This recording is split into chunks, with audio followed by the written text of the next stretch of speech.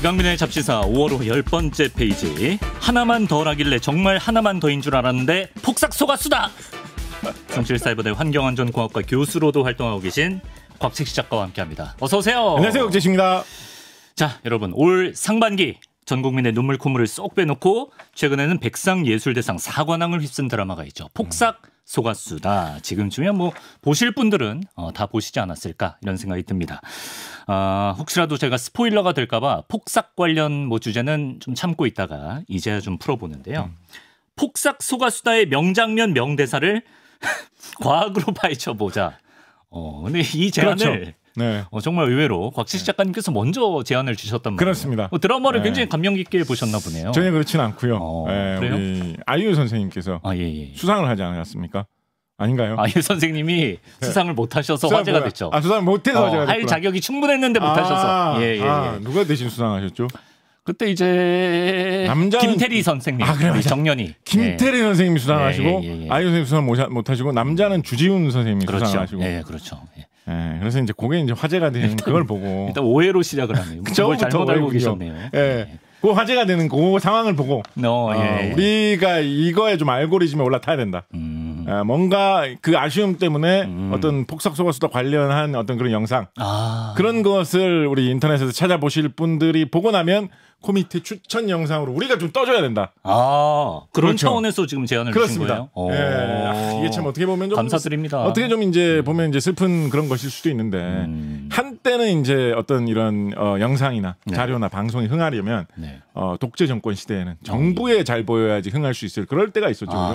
또 한때는 뭔가 좀 이상하게 흘러갔을 때는 그런 어떤 미디어계 업계의 거물 뭐 이런 사람한테 잘 보이면 흥할 수 있었던 그런 시대가 있었습니다.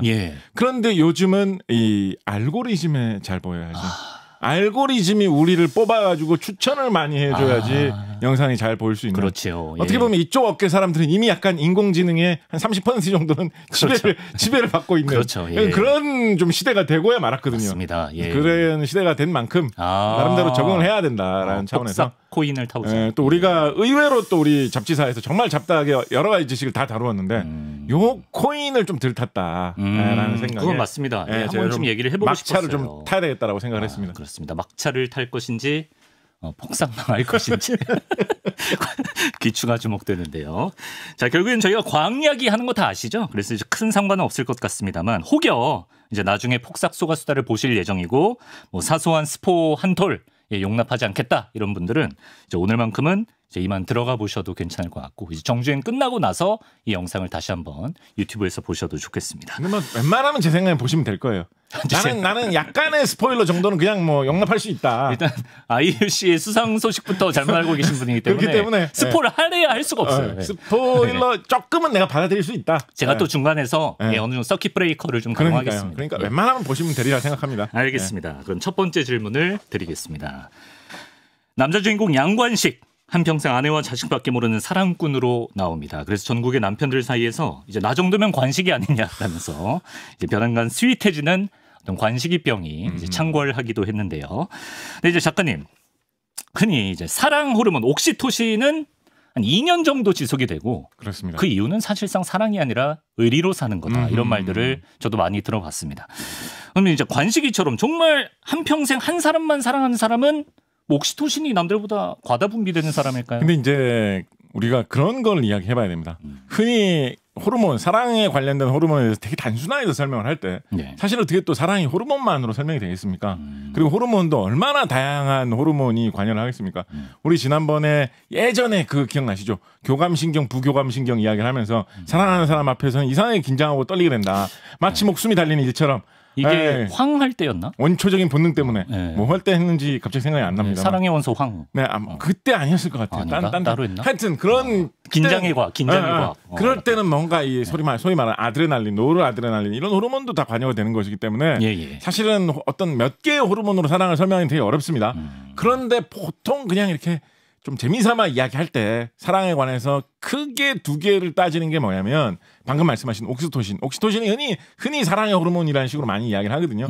호르몬 모양도 아까 말씀해 주셨던 대로 황이 중간에 있어가지고 뭔가 이렇게 탄소가 연결돼 있는 모양이 중간에서 이렇게 만나가지고 고리를 이루는 듯한 약간 이런 묘한 모양으로 생겼습니다. 네. 확대해서 그 분자를 크게 봤을 때의 물질 하나하나의 모양도 황이 그때 황해에서는 그 얘기는 잠깐 했었죠. 네. 그래서 황이 그 옥시토신 사랑의 호르몬을 하트 모양. 하트 모양으로 하기엔 솔직히 조금 무리인데 하여튼 뭔가 두 개가 이렇게 만나는 모양으로 잡아준다 황이 그런 이야기를 말씀드렸던 적이 있는데 그래서 옥시토신에 흔히 사랑의 호르몬이라는 이름이 붙어 있고 옥시토신 말고 또 사랑에서 뭐가 중요하냐라고 하면 못지않게 중요한 게 뭐겠습니까?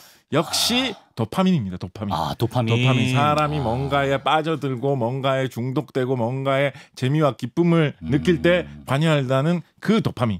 그래서 도파민과 옥시토신이 흔히 사랑을 설명할 때 가장 많이 이야기하는 그런 호르몬 두 가지거든요.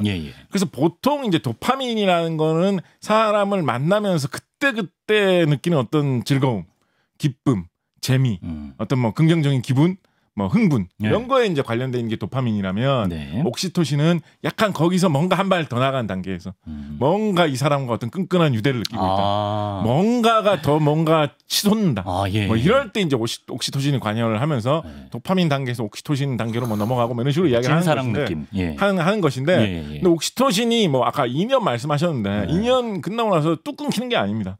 오히려 어떻게 보면 도파민보다도 옥시토신이 더 좀 오래 갈 수 있는 그런 가능성이 있어요. 그래요? 도파민은 아까 말씀드렸던 대로 우리가 흔히 재미라고 하는 거, 중독이라고 하는 거, 어떤 그런 짜릿한 즐거움이라고 하는 거 그런 거와 좀 연관이 되는 경향이 많다라고 한다면 옥시토신이라는 거는 그런 거 말고 좀 끈끈한 유대 이런 거 있죠. 라포. 하다못해서 뭐 이렇게 사람을 자주 안는다.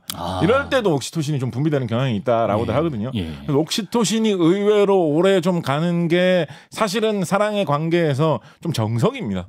그래서 도파민은 뭐 살다 보면 뭐 좀 사라질 수가 있겠지만 옥시토신은 물론 뭐 이렇게 자연스럽게 자주 분비되는 뭐 그런 기한이 뭐 2년이다 3년이다 뭐 해볼 수 있겠지만 그런 얘기 해볼 수 있게 평균적으로 측정해가지고 하면 어느 정도의 수치가 나오겠죠. 그런 얘기 해볼 수 있지만 옥시토신은 오래 갈 수 있다. 의리나 정이라고 하는 게 어떻게 보면 옥시토신과 그렇습니다. 수도 있겠어요. 그래서 이제 우리가 이제 이런 생각을 해볼 수가 있겠죠. 그러면 뭔가 약간 권태기가 왔다. 뭔가 내가 사랑하고 있는 사람과의 사이에서 식었다. 뭔가 껄쩍지근해졌다라고 할 때 옥시토신을 한 대 맞아볼까? 뭐 이런 생각을 해볼 수도 있겠죠. 수액 맞듯이. 한번 해볼 그런 생각 해볼 수는 있겠죠, 그죠? 근데 실제로 옥시토신 주사를 많이 투여를 합니다. 진짜요? 그런 목적으로? 전혀 그런 목적이 아닌 목적으로. 언제? 그러니까 일단 좀 쉽게 가볼까요? 무슨 과에서 옥시토신을 투여를 할까요? 여기 생각해보면 생각할 수 있어요. 이거 학교 다닐 때 배우신 분도 많으실 거예요. 어느 과에서 옥시토신을 투여를 할까요? 신경과. 참고로 남자가 맞기보다는 여자가 맞는 경우가 압도적으로 많습니다. 산부인과. 산부인과에서 옥시토신을 투여하는데요. 옥시토신이 애를 낳게 하는 호르몬으로 역할을 합니다. 그래서 우리 뭐 유도분만 이런 거 들어보셨죠?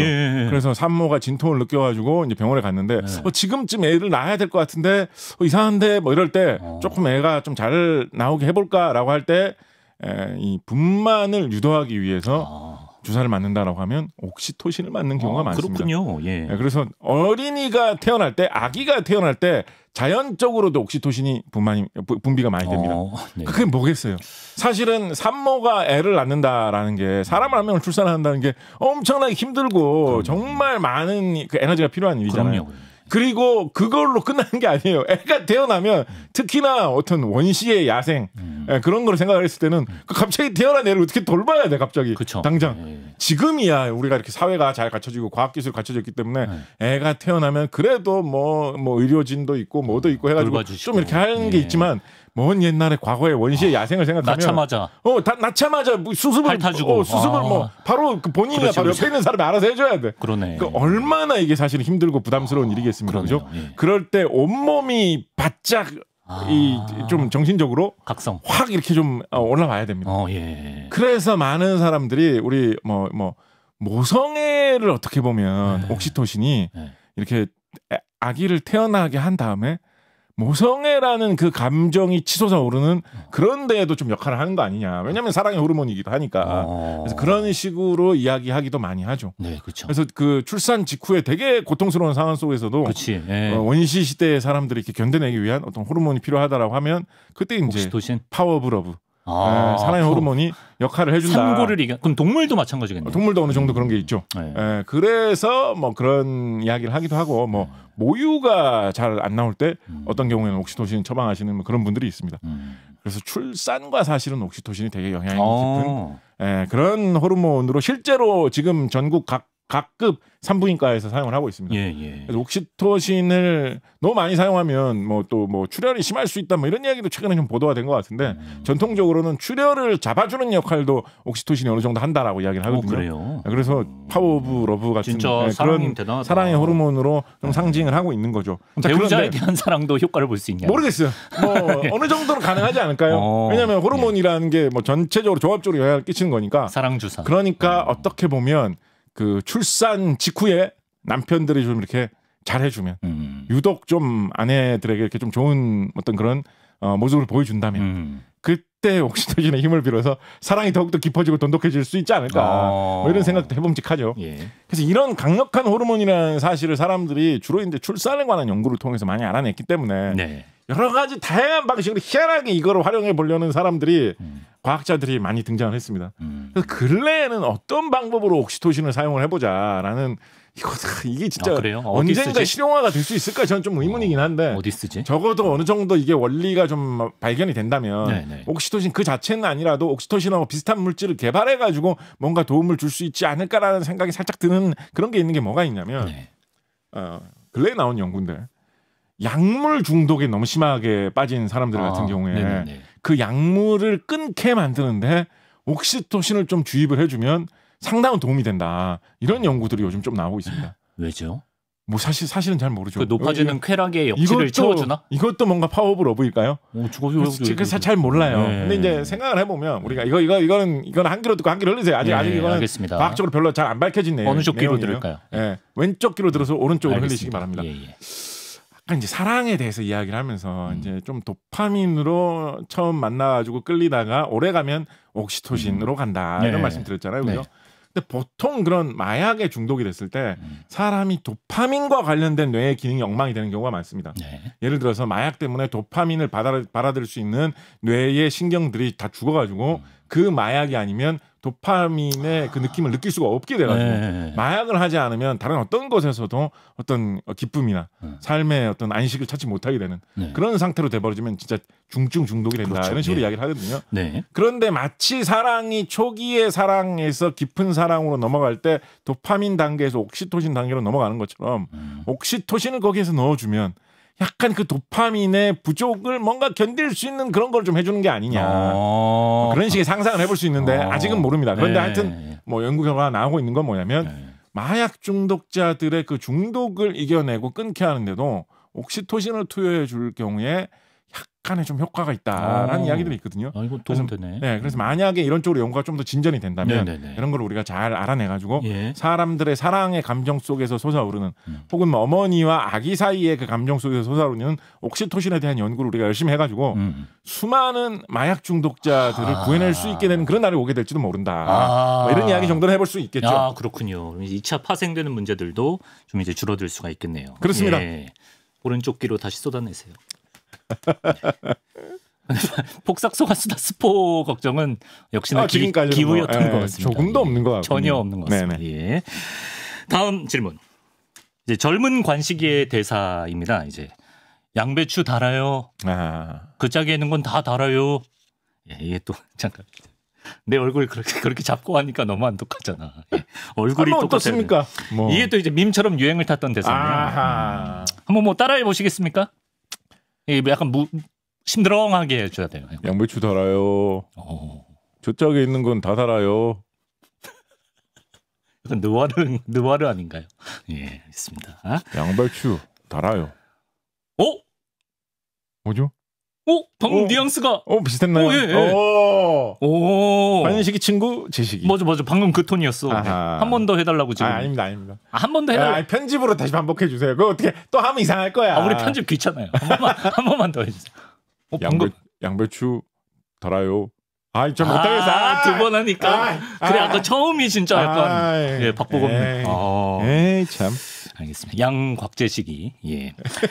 실제로 양배추에 익히면 단맛이 나서 저도 양배추를 좋아하는데 이 단맛의 성분은 뭡니까 작가님? 양배추의 단맛 되게 썰렁하게 설명하면 설탕이다라고 이야기할 수가 있습니다. 양배추에 설탕이 조금 포함되어 있습니다. 네, 그래서 양배추에 사실 쓴맛 내는 성분들이 훨씬 더 많이 들어 있거든요.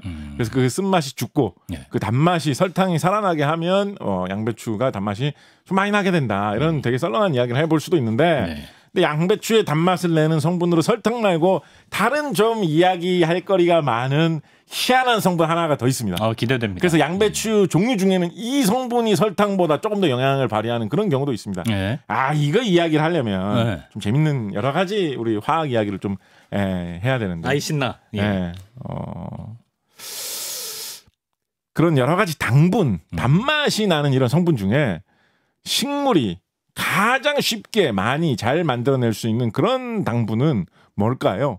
참고로 이 당분을 사람을 비롯한 동물들도 동물들은 직접 만들어내지 못하지만 활용은 엄청나게 많이 합니다. 이거는. 포도당. 그렇습니다. 포도당. 그래요? 쉬웠는데. 우리 그래서 이제 수액 맞을 때도 기본으로 맞는 게 포도당이에요. 포도당 주사. 그래서 당의 제일 기본입니다. 식물이 포도당을 제일 쉽게 만들어내고 포도당을 동물들이 제일 쉽게 활용할 수가 있습니다. 그래서 단맛이 나는 것 중에 제일 기본이 되는 게 포도당입니다. 식물이 광합성을 하면 결국은 만들어지는 게 포도당입니다. 포도당. 그래서 포도당이 당의 기본이에요. 포도당은 쉽게 좀 약간 과장해서 말하면 식물은 햇빛만 잘 맞으면 몸에서 포도당은 계속 생긴다. 포도당 공장처럼 포도당은 계속 찍혀져 나온다라고 생각을 할 수가 있습니다. 자, 그런데 포도당이 보자. 탄소가 여러 개가 이렇게 있으면서 수소, 산소 이런 거와 같이 이렇게 모여가지고 약간 육각형 모양을 살짝 이루면서 이렇게 이루고 있으면 그게 이제 저렇게. 포도당이라는 그런 물질을 이루게 되는 것이거든요. 그런데 이 포도당이 그 포도당 하나만 돌아다니는 게 아니라 식물의 몸속에서 다른 반응을 해가지고 포도당이 둘씩 붙어가지고 다니는 수도 생길 수가 있거든요. 그래요? 조금 더 단순한 거와 비교해 보자면 우리가 산소나 질소나 이런 게 산소 원자, 질소 원자 하나만 돌아다니는 게 아니라 공기 중에서는 산소는 항상 2개씩, O2, 질소도 항상 2개씩, N2, 이런 식으로 2개씩 붙어 다니는 것처럼 포도당도 탄소 여러 개, 수소, 산소 여러 개 붙어 있는 덩어리지만 그 덩어리가 둘씩 붙어 가지고 짝지워서 다니는 경우가 있거든요. 그건 뭐라 그럽니까? 그러니까 포도당이 2개가 있다라고 해서 이런 거를 근데 그게 포도당이 2개 자, 서서히 제가 펼쳐드릴게요. 그래서 이렇게 포도당 같은 게 2개가 붙어 있으면 그거를 당이 2개가 있다라고 해서 포도당. 이당류라고 합니다. 이당류. 포도당이라고 안 하고요. 이당류라고 합니다. 근데 이당류 중에서 진짜로 포도당이 딱딱 둘씩 탁탁탁 그냥 우리가 제일 쉽게 생각할 수 있는 대로 포도당 이렇게 붙어 있는 거는 이당류 중에서도 특별히 특정을 해가지고 뭐라고 할까요? 이것도 그러니까 먹으면 단맛이 나는 거예요. 이것도 먹으면 달콤하네. 이거 먹으면 살찌겠다. 딱 이런 느낌이 드는 거예요. 근데 그런 것 중에 포도당이 이렇게 쉽게 2개씩 붙어서 있는 거니까 좀 우리가 비교적 구하기 쉬운 거겠죠, 그죠? 이게 어떤 걸까요? 어디에 있는 걸까? 이게 이름까지는 모른다고 하더라도 탄수화물. 탄수화물이 다 포도당도 탄수화물 일종이에요. 이 모든 게 다 탄수화물인데 어디에서 이게 쉽게 좀 그러니까 달콤한 것 중에 좀 쉽게 나오는 편일 거야, 이거는. 이게 뭘까요? 이게 바로 엿당입니다. 엿당. 엿당. 엿의 주요한 단분을 한자어로는 메가당이라고 합니다. 그리고 엿당류 이런 거. 메가당하고 엿당하고 같은 거예요. 그래서 포도당이 둘씩 붙어 있으면 이게 엿당입니다. 그런데 자 됐죠. 자, 근데 포도당하고 비슷한데 포도당이 아닌 또 포도당만큼 단순한 거를 하나를 만들어내는 경우도 식물에서 왕왕 발생하는 경우가 있습니다. 포도당만큼 되게 흔한 건 아니지만 포도당과 동급인 물질을 포도당 다음으로 좀 흔하게 만드는 이거는 아무렇게나 쉽게 생기진 않아요. 모든 거에 기본이 되는 건 아니야. 그렇지만 식물 중에는 한번 포도당 만드는데 비슷한 이것도 좀 만들자라고 하는 것들이 있어요. 정확하게 말하면 포도당을 만든 다음에 이걸로 바꾸는데 그게 뭐냐면 과당입니다. 과당. 과당 과일이 많이 있으니까 땅에 당이 있을 것 같잖아요. 그죠? 그래서 포도당하고 과당하고 동급이에요. 그래서 이런 것들을 단당류라고 합니다. 지금 뭔가 하나짜리가 있다라는 당 거예요. 패밀리 지금 충정리 중. 그렇죠. 그래서 포도당, 과당 이런 건 단당류예요. 그리고 포도당이 2개 붙어 있으면 그건 이당류인데 그중에 제일 단순한 포도당이 있는 게 엿당이라고 말씀드렸죠. 그죠? 그러면 포도당, 과당이 붙어 있을 수도 있겠죠. 그죠? 뭐 과당 동급이니까 동급이니까 예, 그렇죠. 과당이 붙어서 이당류가 될 수도 있는데 포도당 과당이 붙어서 생기는 경우가 우리가 그게 맛이 제일 좋다라고 생각을 하고 있거든요. 아 뭐지? 포도당 과당이 붙으면 그게 뭐겠습니까? 올리고당. 올리고당도 이 비슷한 계통에서 등장하는 말이에요. 그러니까 완전 잘못 짚으신 건 아닌데 포도당 과당이 붙어 있으면 우리가 그게 이게 맛이 제일 좋네. 야, 요리에 사용하기에는 이게 최고네라고 하는 게 설탕입니다. 설탕. 그래서 포도당 과당이 붙어서 돌아가는 게 설탕이에요. 설탕은 이당류라고 보시면 됩니다. 그래서 이게 뭐 옛날식 한자어로는 뭐 자당 이런 말도 썼는데 요즘 그런 말 굳이 안 써도 될 것 같고 그래서 설탕은 포도당하고 과당이 붙어 있는 이당류다라고 보시면 됩니다. 자 그리고 단당류 중에서 지금 포도당하고 과당 했죠, 그죠? 단당류 안에 포도당 과당이 있죠. 단당류 중에서 포도당 과당 했는데 포도당 과당 말고 조금 더 약간 더 좀 찾기 어려운 조금 더 찾기 어려운 것으로 반유당이라는 게 있습니다. 반유당이라는 게 이거를 책 찾아보면 유당하고 좀 헷갈리는 경우도 있어요. 그러니까 이런 그 젖, 우유 이런 데 들어있는 그런 데 있는 그 달콤한 그 성분 그게 이제 유당 불내증 할 때 그게 이제 유당인데 그 유당을 만들 때 핵심적인 성분이기 때문에 그거를 반유당이라고 하는데 반유당 진짜 유당은 유당 불내증 할 때 그 유당은 사실은 반유당하고 뭐가 붙겠습니까? 제일 기본인 단당이라고 할 수 있는 포도당. 반유당하고 포도당이 붙어 있으면 그게 유당입니다. 그래서 유당도 이당류 중에 하나예요. 그러니까 이당류가 엿당이 있고 설탕이 있고 유당이 있고 이런 거고 단당류 중에는 포도당이 있고 과당이 있고 반유당이 있고 이런 거예요. 그런데 단당류가 재료가 돼가지고 이당류가 생길 수가 있는 거죠. 그래서 그 이당류 여러 가지 중에서 우리가 살펴보니까 제일 쉽게 찾을 수 있고 만들기 좋은 거는 엿당이고 맛이 제일 좋은 거는 설탕이고 특이한 걸로 소화 좀 안 되기다 깔짝지근한 거는 유당이고 뭐 이런 걸 과학자들이 알아낸 거예요. 이런 거 노래로 좀 만들어 주세요. 됐죠. 자 그런데 아까 아주 좋은 이야기 하셨어요. 뭐 했죠 제가? 2단까지 그럴 듯하다고 친다면 우리 저기 좀 더 하등한 더 단순한 그런 단계에서 산소 원자가 하나씩 돌아다닐 수가 있고 산소 원자가 2개씩 붙어서 다니면 그게 우리가 호흡하는 산소 기체, 공기 속에 있는 그 산소 기체잖아요, 그죠? 산소 원자가 3개씩 붙어 다니는 경우도 있을까요? 이거 생각나시나요? O3 뭘까요? 산소 할 때 우리가 했는데요, 이거. 오존이요.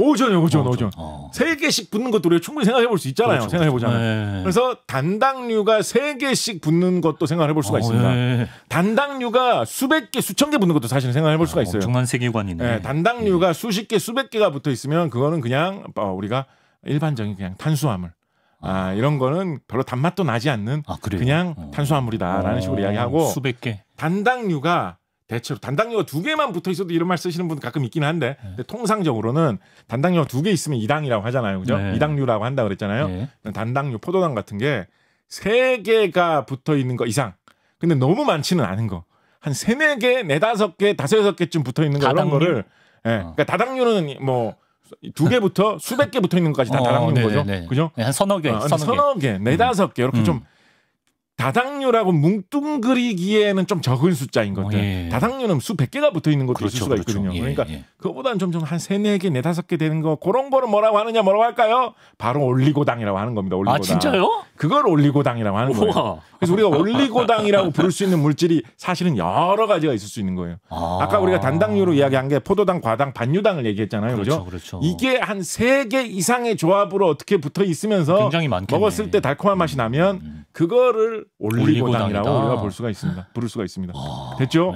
자, 그런데 이 중에서 양배추의 단맛을 낼 수 있는 올리고당으로 많이들 이야기를 하는 대표적인 물질이 정말로 재미있게도 포도당, 과당, 반유당 요 3대 단당류 이 재료 물질들이 하나씩 딱 연결돼 가지고 3당류를 이루는 3개가 붙어 있는 올리고당 중에 어떻게 보면 3개짜리로는 제일 대표 올리고당이라고 할 만한 그런 게 있습니다. 이거를 라피노스라고 해요. 라피노스. 이거는 한자 이름은 없는 것 같아요. 라피노스라고 하는데 이 라피노스가 바로 양배추의 단맛을 내는 성분입니다. 양배추의 단맛 아까 그냥 단순하게 설탕도 들어있어요. 양배추에. 그래서 그것도 사실은 단맛에 큰 기여를 합니다. 그런데 그것만 얘기하면 좀 썰렁하잖아요. 양배추면 설탕 들어있겠지. 그래서 그게 단맛이네. 썰렁하잖아요. 거기 추가로 단맛을 좀 더 보태주는 게 라피노스입니다. 라피노스 덩어리를 만들어가지고 먹어보면 설탕보다 좀 맛이 없고 단맛도 훨씬 약해요. 야. 그렇지만 단맛이 나긴 납니다. 네. 양배추 같은 데 많이 들어있어요. 맞아요. 근데 라피노스가 재밌는 게 뭐냐? 뭐가 재밌죠? 또? 라피노스 너무 신기하고 재밌는 게 뭐냐? 예. 사실은 이런 연구를 하다가 막 갑자기 사람들이 올리고당이 뭐 좀 뭐 몸에 좋고 뭐 신비한 여러 가지 역할을 하고 뭐 이런 이야기로 막 이어지는 건데 라피노스가 재밌는 게 뭐냐? 사람이 이거를 먹었을 때 몸속에서 이거를 소화할 수 있는 효소가 없어요. 단맛은 나는데 라피노스를 먹으면 과당을 먹으면 몸속에서 다 분해돼가지고 결국은 다 포도당으로 바뀌어가지고 우리 사람 몸을 움직이게 하고 살찌는 데 쓸 수 있거든요. 뭐 엿당을 먹어도 무슨 뭐 설탕을 먹어도 설탕 먹으면 당연히 살찌겠지. 몸속에서 다 분해돼가지고 다 포도당으로 변하고 다 활용될 수 있거든요. 라피노스 같은 경우에 이 삼당류 같은 이거 경우에는 몸속에 들어갔을 때 분해가 안 됩니다. 그래요? 분해가 안 됩니다. 단맛은 나는데 단맛은 물론 설탕보다 훨씬 약해. 그래서 단맛은 나는데 몸에서 분해가 안 됩니다. 라피노스 때문에는 살이 찔 수가 없나요?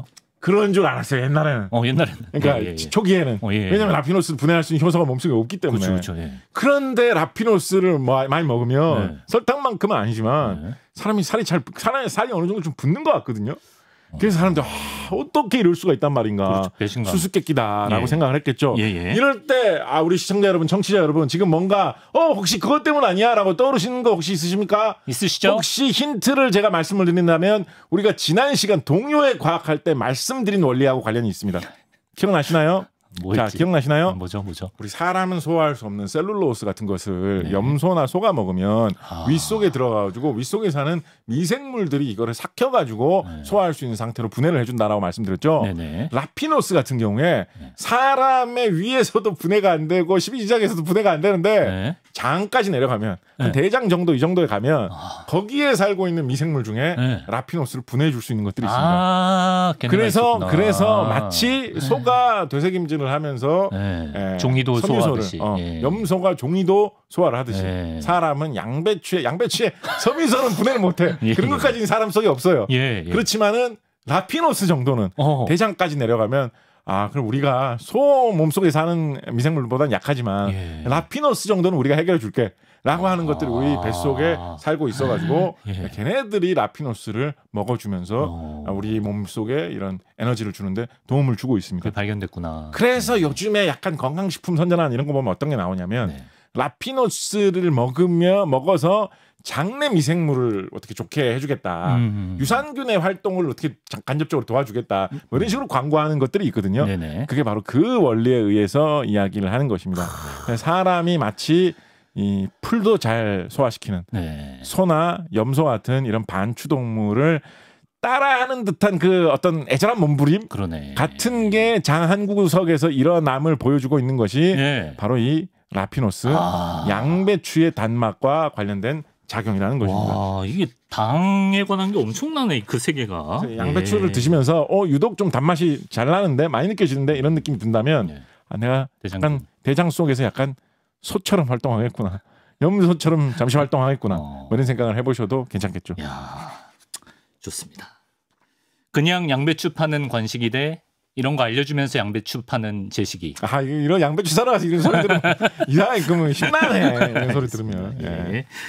세 번째로 넘어가겠습니다. 이번에는 유채꽃 얘기를 해보겠습니다. 우리 또 관식이와 애순이의 사랑은 유채꽃밭에서 이제 첫 뽀뽀를 하면서 활짝 피기도 하고 또 나중에 뭐 지기도 하고 뭐 그런 장면들이 나오는데요.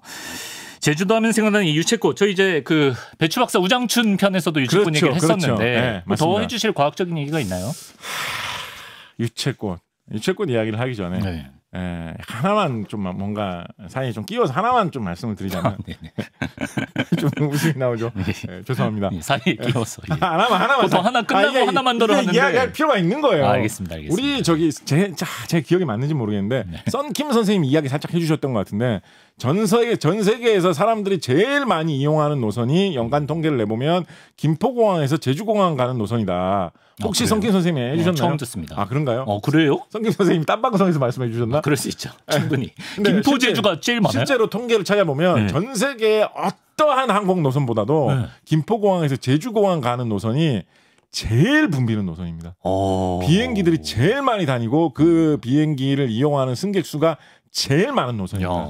몰랐네. 이게 딱 애매한 거리에 있어서 그래요. 그리고 이제 비행기가 아니면 갈 수 없는 곳에 위치하고 그렇죠, 있고 그렇죠. 예. 그러면서도 거리가 너무 길면 사람들이 그 곳까지 굳이 안 갈 거 아니에요. 예. 예를 들어 미국 본토에 있는 사람들이 하와이까지는 자주 못 온다고 너무 그렇죠, 멀기 그렇죠. 때문에 그죠? 그리고 너무 가까우면 뭐 다리를 버스, 놓든지 해버리겠지. 버스 타고 그죠? 뭐 강화도 네, 같은데 그렇죠. 굳이 비행기 타고 안 가잖아요. 그렇죠, 다리는 그렇죠. 놔버리잖아요. 그죠? 그렇죠. 제주도는 네. 다리를 놓기에는 멀리 떨어져 있지만 비행기를 타면 1시간쯤 땡는 딱 적절한 거리에 있는 데다가 한국인들이 굉장히 좋아하는 아름다운 관광지이기도 하면서 또 서울이라는 거대한 도시하고 연결되기에 좋은 위치에 딱 있기 때문에 전 세계에서 모든 사람들이 정말 벌써 한 10년 됐을걸요. 좌석수로는 연간 1,420만 석이 팔린답니다. 사람들이 제일 많이 약간 저는 그런 상상도 해봅니다. 어떤? 그러니까 1,000만 이상의 사람들이 사용하는 그런 노선이기 때문에 김포공항에서 제주공항 사이의 그 하늘길에 약간 공중 도시가 하나 펼쳐져 있는 거 아니냐.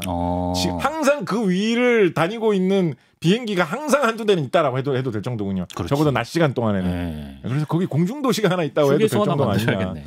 그렇거든요. 그래서 우리나라가 비행기를 정말 많이 이용하는 나라 중에 하나입니다. 근데 그에 비해서 혹시 비행기 타고 어디 가실 때 국산 비행기를 타보신 적이 있나요? 국산이요? 타봤죠. 그러니까 국산 비행기 한국에서 국산 개발된 비행기. 한국산 비행기를 혹시 큰 관심을 안 가져봤어요. 한국산 비행기라는 게 여객기로 나와 있는 게 없어요. 다 뭐 무슨 뭐 프랑스에서 미국, 만든 뭐 말씀대로 아니면 미국에서 만든 뭐 B사, 프랑스의 뭐 A사 뭐 이런데 비행기가 다 줄이지. 우리가 이렇게 비행기를 많이 타고 다니는데도 자동차는 한국산 자동차들이 엄청 많잖아요. 그죠? 많죠. 근데 비행기는 우리가 비행기를 이렇게 많이 타고 한국 사람들 외국 나면 다 비행기 타야 되잖아요. 전 세계 다 뒤져도 없나요? 뭐 육로로 가는 경우는 뭐 가끔 가다 무슨 뭐 북한하고 이야기 잘 됐을 때 가끔 행사하면서 이렇게 좀 가지. 다 비행기 타잖아요. 그죠? 우리나라 사람들이 비행기를 되게 많이 이용을 하는데 국산 비행기는 없다라는 건 어떻게 보면 우리나라가 기술 강국, 산업 강국으로서는 되게 아쉬운 점입니다. 그렇지만 그 아쉬움을 한켠에서 되게 달래주고 있는 게 뭐죠? 우리나라가 비행기는 국산이 되게 없지만 헬리콥터 같은 게 이제 민수용으로 조금 한 뭐 20대 이렇게 팔리는 정도가 없지만 비행기에 들어가는 기름 있죠. 이걸 항공유라고 합니다. 에비에이션 퓨어 항공유라고 합니다. 항공유 같은 경우에는 우리나라가 이거를 잘 만듭니다. 항공유를? 네. 그래서 거의 세계 시장의 점유율이 세계 1위 될 때가 많아요. 높게 점유율 올라갈 때는 거의 뭐 29.몇%, 거의 30%까지 갑니다. 정유 기술인 건가요? 그렇습니다. 그러니까 이게 기가 막히죠. 우리나라에서 기름이 나지도 않잖아요. 석유가 나지도 않아요. 그치. 석유는 뭐 사우디아라비아 이런 데서 다 수입을 해오죠.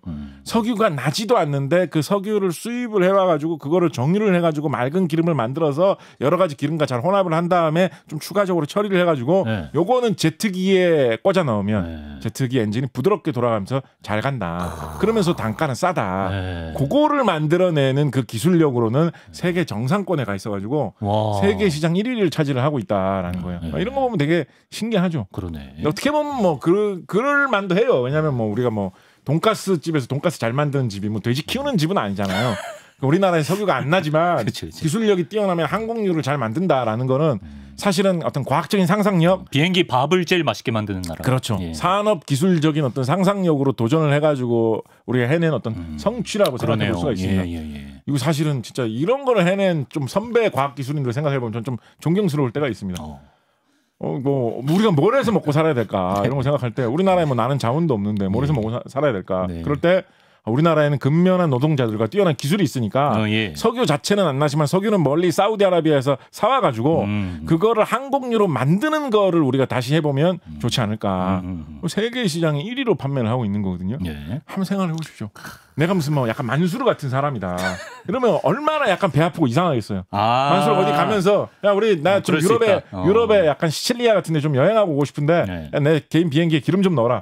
밑에 한테 딱 지시를 했는데 네 알겠습니다. 한국산 기름으로 제 빠망하게 채워놓겠습니다. 얘기를 하면 야, 내가 만수르인데 기름은 한국산을 채워놓는다고? 그럴 수 무슨 한국 사람들이 워낙 기술력이 좋아가지고 비행기에 넣는 기름은 그 원료인 석유는 만수르 형님 회사에서 나온 거를 넘긴 거지만 그거는 돈가스는 비행기 돈가스는 한국산이 최고라고. 비행기 돈가스. 그럼 만수르 같은 사람이 얼마나 답답하겠어요, 그죠? 그렇죠. 그래서 이런 게 어떻게 보면 기름이 많이 나는 나라, 다른 기술 강국에서 보면 어떻게 보면 뭐 이렇게까지 비열하게 얘기할 건 아니지만 어떻게 보면 얼마나 배 아프겠어요. 그렇죠. 예를 들어서 뭐 석유가 많이 나는 뭐 노르웨이나 뭐 어떤 영국이나 미국 이런데 중국 뭐 이런데 사람들이 보면. 한국 사람들은 자기 나라에서 기름이 나지도 않는데 비행기용 기름은 세계 1위라고 얼마나 배 아프겠어요. 그죠? 돼지는 기껏 다 키워놨는데 돈가스는 저기서 튀기고. 그래서 네. 그래서만은 아니지만 그래서 유럽에서 한 10년 전 정도부터 강하게 밀고 있는 게 뭐가 있냐면 SAF라는 게 있습니다. 그게 뭡니까? SAF. Sustainable Aviation Fuel이에요. 그래서 지속 가능한 항공유, 지속 가능 항공유라는 거거든요. 이게 뭐냐면 비행기가 워낙에 이산화탄소를 많이 내뿜기 때문에 비행기에서 뿜는 이산화탄소의 양을 줄여야만 기후변화에 대응할 수가 있다. 그렇기 때문에 비행기에 들어가는 항공유 중에 일부는 의무적으로 환경을 위해서 약간 이산화탄소를 감축할 수 있는 재활용된 기름이라든가 이산화탄소 감축을 보장할 수 있는 순수한 석유에서 만들지 않은 다른 기름을 넣어야 된다. 라는 제도를 밀고 있습니다. 지금 아까 그 질문으로 자연스럽게 넘어간 느낌인데요. 그렇죠. 밀고 있습니다. 밀고 있습니다. 그래서 이거를 벌써 유럽에서는 본격적으로 시행을 했어요. 아마 금년에는 유럽에서 뜨는 비행기에 1%인가 2%인가를 무조건 다 SAF로 넣게 하는 그런 규정이 실시되고 있습니다. 점점 늘리겠죠. 이런 거를 시행한 이유가 뭐겠습니까? 뭐 이유 중에 하나는 뭐 당연히 뭐 환경도 있지만 기후 변화에 대응하기 위해서 이런 거 있겠지만 국가 경쟁력 또 다른 하나는 이런 친환경 기술 쪽에서는 유럽 회사들이 앞서가 있으니까 항공유는 한국에서 잘 만들지만 SAF 재활용 기름 이산화탄소를 감축할 수 있는 기름은 유럽에서 기술을 다 개발해 놨지. 유리한 판으로. 그래서 그런 목적에서도 이런 제도를 시행하고 있는 겁니다. 그래서 우리나라에서는 SAF는 좀 뒤졌어요. 우리나라에서는 이제 겨우 막 부랴부랴 만들어가지고 우리 국산도 SAF 할 수 있다 이런 거 하고 있거든요. 근데 뭐 미국에서 아니 유럽에서는 뭐 핀란드 회사 뭐 이런 회사들 잘하고 있는 회사들이 있습니다. 그런 회사들이 장사를 이 규제의 시행과 함께 되게 그러니까 규제 당국하고 산업 당국이 이렇게 좀 손발이 맞는 거죠. 그래서 막 한국 회사에도 막 판매를 하고 역으로 이렇게 하고 있습니다. 자 그러면 어떻게 하면 이런 SAF 같은 이런 연료를 만들 수 있느냐?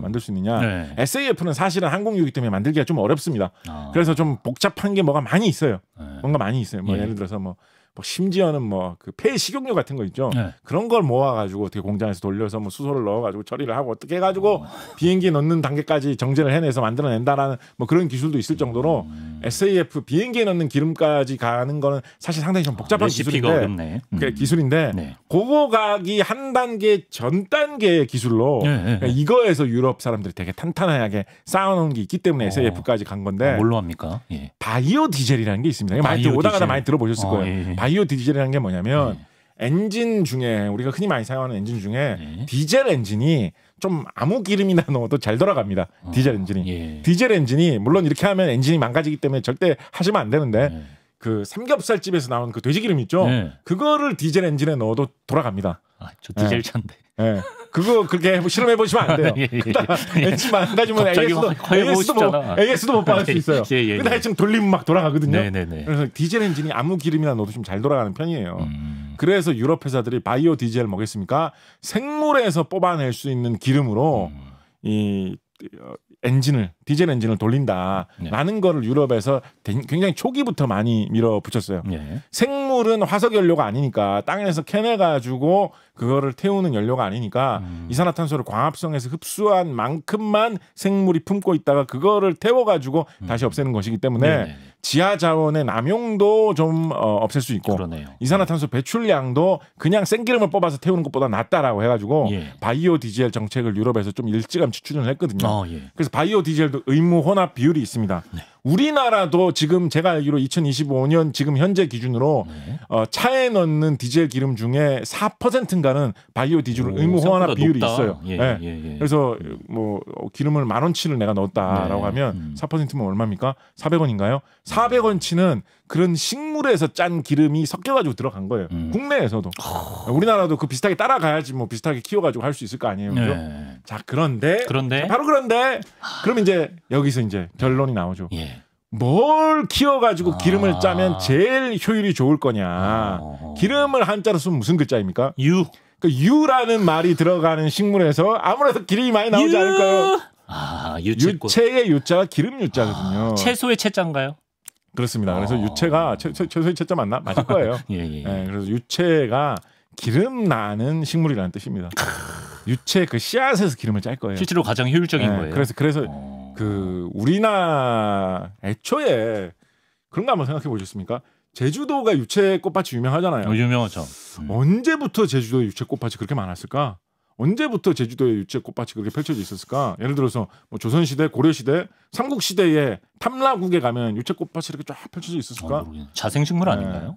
유채, 제주도의 유채는 네. 뭐 본격적으로 국가 정책적으로 많이 추진하는 거는 1960년대 초부터 조금 더 거슬러 올라가도 한 1940년대 정도부터 그러니까 20세기 중반에 들어와 가지고 본격적으로 심기 시작한 겁니다. 그래요. 네. 그래서 제주도의 어떤 기후나 여건에 맞게 잘 자라날 수 있는 식물이면서 기름을 짜기도 좋고 우리 우장충 박사편 할 때 말씀드렸죠. 유채하고 배추하고 되게 가까운 식물이라고. 그래서 먹으려면 한국인의 근성으로 먹으려면 먹을 수도 있습니다. 유채 그렇죠. 그때 저희가 방송했을 때 아마 무슨 지방에서 유채로 뭐 겉절이 만들어 먹습니다. 유채로 뭐 김치 만드는 동네 있습니다. 뭐 이런 거 댓글 많이 달아주셨을 거예요. 맞아요. 유채 먹으려면 먹을 수도 있습니다. 기름 짤 수 있고. 그래서 20세기 중반에 제주도에 대량으로 심어지면서 유채꽃밭이 제주도에 넓게 펼쳐진 거거든요. 그런데 이 바이오 디젤 산업을 크게 하는 유럽이나 미국이나 요즘 중국에서도 이 바이오 디젤을 크게 하거든요. 엄청난 규모의 유채꽃밭이 조성이 되어 있습니다. 그걸 위해 심은 거예요? 그렇습니다. 원래부터 유채꽃을 기름 짜는 용 유채꽃 기름을 뭐라고 해요? 유통될 때는 카놀라유라고 합니다. 카놀라유. 맞다. 그때 그래서 옛날부터도 카놀라유 만들기 위해서 유채에 많이 심었는데 바이오 디젤 산업이 된다라고 해가지고 요즘 뭐 유럽이나 중국에는 정말 어마어마한 규모의 유채꽃밭을 쫙 만들어 놓고 있거든요. 그거를 기름 짜려고 그리고 기름을 짜가지고 디젤 엔진에 넣으려고 그리고 그 기술을 쌓아놔가지고 나중에는 비행기에다가도 꽂아 넣으려고 그렇게 해가지고 한국 이 석유 화학 산업업계가 차지하고 있는 이 항공유 시장을 가져가려고 그런 식으로 자라나고 있는 것이 지금 세계 각지에 퍼져나고 있는 이 노란 유채꽃밭의 이 무서운 힘이거든요. 그래서 우리도 제주도에서 유채꽃밭을 보고 아름답다 생각하는 거 물론 좋지만 좀 한 걸음 더 나아가서 우리가 항공유에서는 이렇게 잘했는데 옛날에 석유 항공유에서는 이렇게 잘했는데 이런 지속 가능한 기름, 바이오 퓨어, 바이오 연료 이런 쪽에서도 우리가 뭐 기술이 하면 할 수 있지 않는 사람들 아닌가. 지금 제주 유채로는 아예 안 하고 있나요? 제주뿐만 아니라 사실은 그 우리나라 한반도 남부 지역에서도 유채꽃을 많이 길러가지고 그걸로 바이오 퓨얼, 바이오 연료를 해가지고 바이오 디젤로 사용을 하고 이런 거를 많이 추진을 했어요. 한때는 되게 이게 더더욱 커질 거다 이런 식으로 기대감을 품었던 적도 있거든요.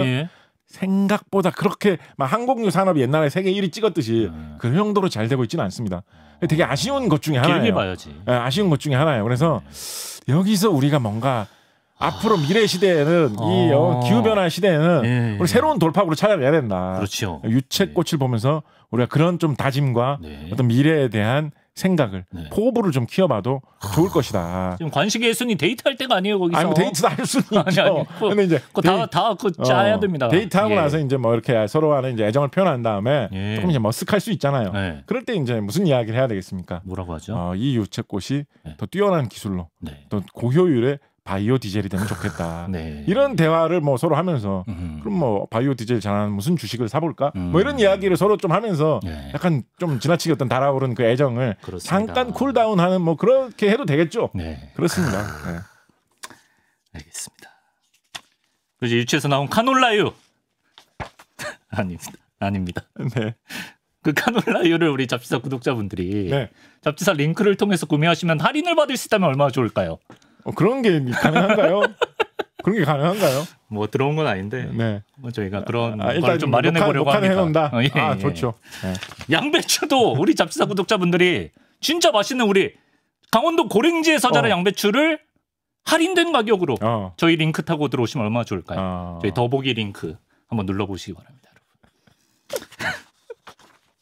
요새 쉽지 않아요. 그렇군요. 폭삭소가수다는 정말 이제 기대하신 대로 그 막차를 타게 된다면 저희가 끝인가요? 맞춰야 돼요. 벌써요? 맞춰야 됩니다. 2편을 준비할 수는 있으니까 반응을 보여주시길 바랍니다. 자, 폭삭소가수다 명장면 과학으로 파헤쳐보기 곽재식 작가님과 함께했습니다. 작가님 말씀 고맙습니다. 감사합니다.